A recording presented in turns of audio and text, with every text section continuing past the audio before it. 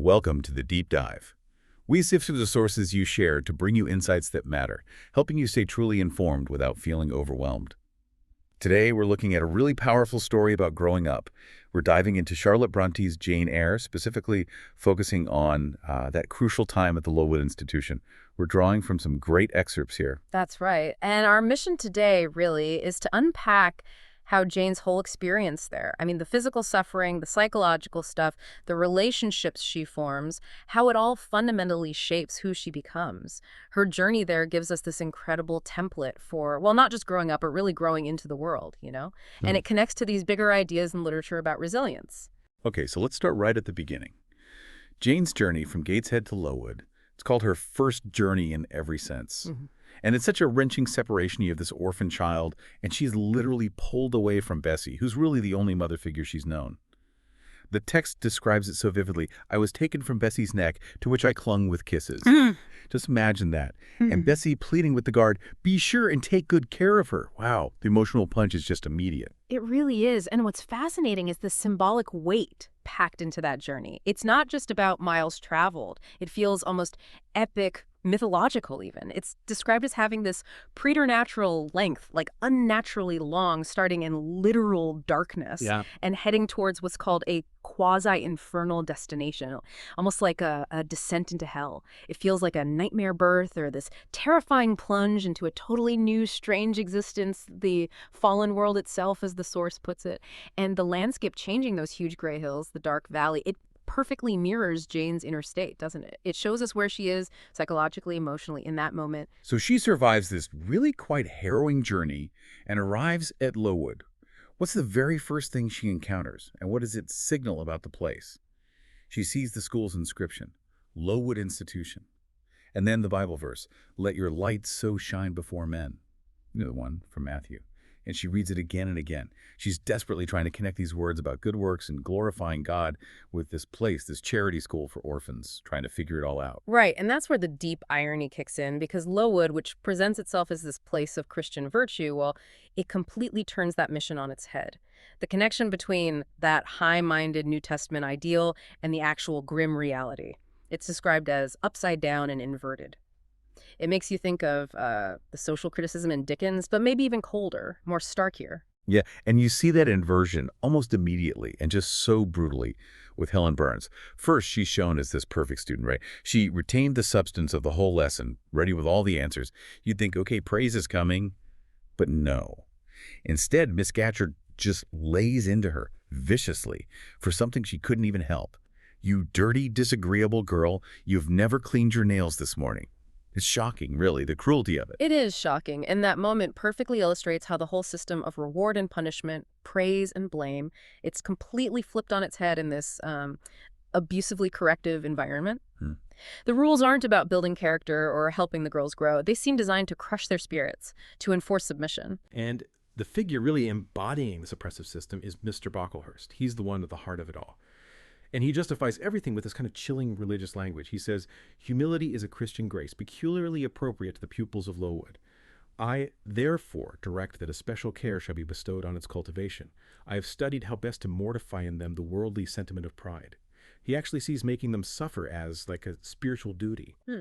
And looking at the bigger picture, the source material suggests these aren't really presented as genuine Christian virtues, not in a compassionate way. They're framed more as utilitarian habits. Basically, practical training to prepare these girls for their low social and economic position waiting for them outside Lowood. His whole philosophy is laid bare when he says, you know, if you give them decent food like bread and cheese instead of burnt porridge, you may indeed feed their vile bodies, but you little think how you starve their immortal souls. It's quite stark. But what's really unsettling about Brocklehurst is that he's not presented as some kind of simple, mustache-twirling villain. He's described as a narrow embodiment of a principle, a straight black pillar. And that actually makes the wholesale reversal of moral priorities at Lowood even more disturbing, because it feels grounded in this realist narrative of the 19th century. It's not like the sometimes over-the-top satire you might find in Dickens. It feels colder, more real somehow. Kathleen Tillotson put it really well. She said the harsh physical discomfort isn't just vividly real, it's symbolic of a loveless order of things. It goes beyond just physical hardship. A loveless order, yeah. But even within that grim reality, Jane does find some glimmers of goodness, right, in Miss Temple and Helen Burns.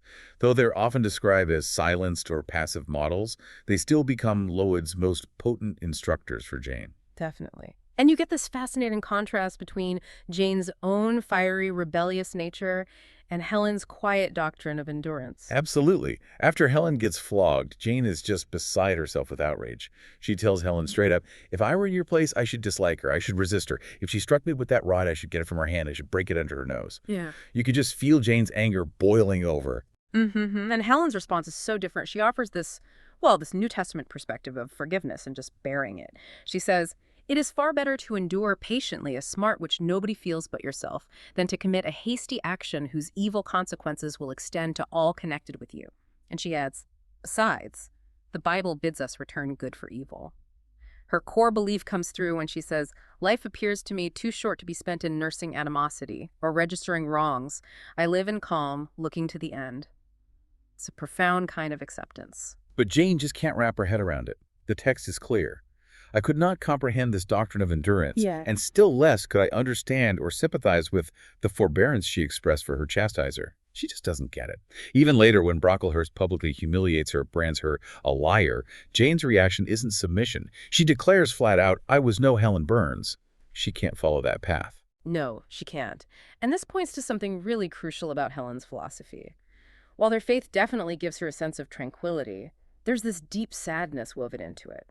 The source suggests her incredible capacity for endurance, her whole doctrine. It's only really possible because she's dying. It's presented not really as a complete philosophy for living in the world, but perhaps one for leaving it. Beautiful but tragic, and maybe incomplete for someone like Jane who wants to live fully. That's a powerful point. Yeah. Yet even with those fundamental differences, Helen has a huge impact on Jane, doesn't she? She gives Jane a strange light, a new feeling that actually helps Jane find the strength to, well, take a firm stand during that awful public shaming. Absolutely. Helen's influence is subtle but deep. Okay, so let's fast forward 8 years. Jane's still at Lowood, but now she's a teacher. And that rebellious spark flares up again. She reflects, school rules, school duties, school habits was what I knew of existence, and now I felt that it was not enough. I desired liberty. For liberty I gasped, for liberty I uttered a prayer. You feel that deep, urgent longing building inside her. And the timing of that surge for liberty is so significant. It comes right after Miss Temple leaves Lowood. Miss Temple had been this crucial maternal figure offering guidance, kindness. With her gone, Jane is really ready to step out on her own. That desire for liberty signals she's ready to move beyond needing that external guidance. She's ready to find her own way. And then comes this really lovely, poignant, full-circle moment as Jane is preparing to finally leave Lowood herself. Bessie, the first mother figure from Gateshead, from all those years ago, she reappears to see Jane off. You can practically hear Bessie's voice, see her smile in the text. You've not quite forgotten me, I think, Miss Jane. And Jane's reply is just pure emotion, pure joy and recognition. Bessie, Bessie, Bessie. It's wonderful. It really is. And these moments, like the return of Bessie, they act as these quiet but powerful markers of Jane's journey from childhood to adulthood. The source material argues this whole Lowood experience serves as a kind of template for growing up everywhere. It resonates beyond just Jane's specific story. There's even a connection made between Jane's initial dark journey and Dante's dark wood in the Inferno, placing her struggle within this larger human literary lineage. Knowing that, seeing her story as part of this long tradition of human trial and transformation, it somehow makes Jane's suffering, her wretchedness, feel less isolating, more bearable for us as readers. We see the universality in it. So Jane's time at Lowood is this incredible crucible, isn't it? From that traumatic separation, navigating this institution where morality feels completely upside down, finding guidance from such different figures, the enduring Helen, the nurturing Miss Temple, and finally arriving at this powerful personal cry for liberty, capped off by reconnecting with her past. It's quite a journey. It truly is. And Jane's story really throws into relief that tension we all face sometimes between enduring hardship patiently and actively fighting for freedom, for change. So maybe a thought to leave you with is this. How do we figure out in our own lives when it's right to practice that patient endurance, like Helen perhaps, and when is it time to really push for liberty, to demand a different path like Jane? And how do those really tough experiences from our younger years, maybe even times marked by injustice, how do they ultimately forge our understanding of who we are and where we fit in the world? It's something Jane Eyre makes us think about profoundly.